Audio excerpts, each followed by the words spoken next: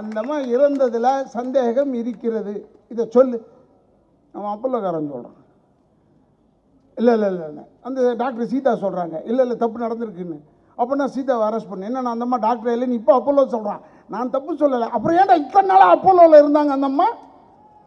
அப்போ அப்பல்லோவில் எப்படா நீ டாக்டர்னு ஒத்துக்கிட்ட? யார்கிட்டடா கதை விடுறடே? நான் என்ன சொல்கிறேன், எல்லாருக்கும் சட்டம் தெரியும், எல்லாருக்கும் என்ன பேசுறதுன்னு தெரியும். இதெல்லாம் தெரியாமல் இல்லை. நீ அப்பல்லோ பற்றி நான் தப்பு சொல்லலை. ஒரு முக்கியமான முதலமைச்சருடைய கதையை சொல்கிறதுக்கு டாக்டருங்க உட்காந்துருக்காங்க. அப்போ எங்கடா போனாருக்கு ரெட்டி? சேர்மன் தானடா, உட்கார வேண்டிய ஆள் தானடா, அவர் தானடா பொறுப்பு. அவர் தானே சொன்னார், அம்மா பேசுகிறாங்க, பொங்கல் தின்னாங்க, உப்புமா தின்னாங்க, நடந்தாங்க, கொண்டாங்க, காவேரியை விட்டாங்கன்னு சொன்னீங்க. எங்கடா விட்டாங்க காவேரியா? பாவம், உங்களால் அவ பெயர்ற அந்த பெண்மணிக்கு.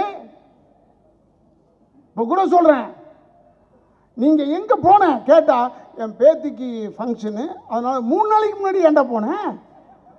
இங்கே முக்கியமான காரியம் இல்லையா? அப்போ முதலமைச்சர் உங்களுக்கு முக்கியம் இல்லையா? அதுக்காக சொல்கிறேன். எனக்கு வயிறு எறிதப்பா, நான் நன்றியோடு இருக்கிறவன்ப்பா. 4 வருஷம் எம்எல்ஏ வரந்தேன், அந்த மாதிரி தானே நாக்குச்சு. எனக்கு இருக்கிற நன்றி உனக்கேட்டா இல்லை? 5.5 கோடி ரூபாய் பில்லு வாங்கினது தெரியுது இல்லை? எங்கள் மாமாவை அதே அப்போலோவில் அட்மிட் ஆகி இங்கே சரியில்லை பணம் கொடுக்குறான்னு சொல்லிட்டு அவரை டிஸ்சார்ஜ் பண்ணி அகெயின்ஸ்ட் மெடிக்கல் டாக்டர்ஸ் அட்வைஸ்ன்னு சொல்லி ஒரு சர்டிஃபிகேட் இருக்குது. அதை வாங்கி வெளியே கொண்டாந்துட்டோம். வெளியே கொண்டாந்து இன்னொரு ஹாஸ்பிட்டலில் சேர்த்தோம். 2-3 நாளில் சேர்த்து போயிட்டார். ஆனால் வெளியே கொண்டு வரும்போதே மெடிக்கல் சம்மரியை கையில் கொடுத்தியா இல்லையா? யார் யாருக்கு என்னென்ன மருந்து கொடுத்தோம், எப்போ கொடுத்தோம், எந்த வேலையில் கொடுத்தோம், எந்தெந்த டாக்டர் கொடுத்தா நீ கொடுத்தியா இல்லையா? ஒரு சாதாரண எங்கள் மாமா கொடுக்கும் போது ஒரு நாட்டின் முதலமைச்சருக்கு மெடிக்கல் சம்மரி உடனே ஏண்டா தரல? டெய்லி தான் எழுதுவே நீ இவ்வளோன்னு மெடிக்கல் சம்மரி கொடுக்கணுமா இல்லையா? இதெல்லாம் நான் கேட்க போகிறதில்ல. இல்லை இதெல்லாம் வச்சுக்கிறேன் அப்புறமா, ஏன்னா இப்போ டைம் இல்லைன்றதுனால. நான் இப்போவே அதிமுக சகோதரர்களுக்கு சொல்கிறேன், தலைவர்களுக்கு சொல்கிறேன், அடியே உனக்கு கழுத்தில் 4 மார்க் வேணும்னா அங்கேயே இரு.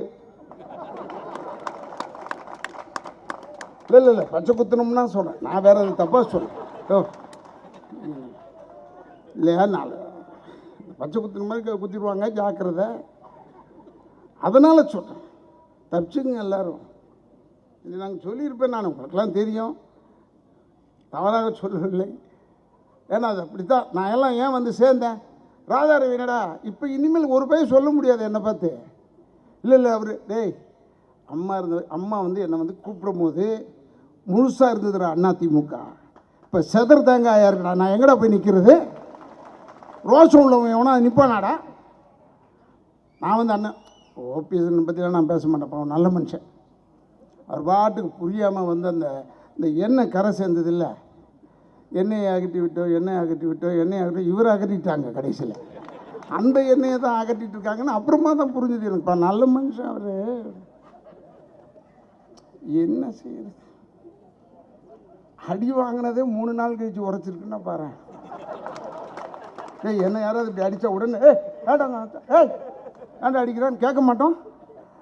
3 நாள் கழிச்சு போய் நான் அந்த மேடையில் பேசினேன் ஆர்பர் தொகுதியில், அப்போ ஒருத்தர் என்னை அடிச்சிட்டான் சொல்லுவேனா? அதை 3 நாள் கழிச்சா உரைக்கும் ஒரு மனுஷனுக்கு. நான் கோட்டு போட்டிருந்தாரா நிறையாப்பா, நல்ல மனுஷன்.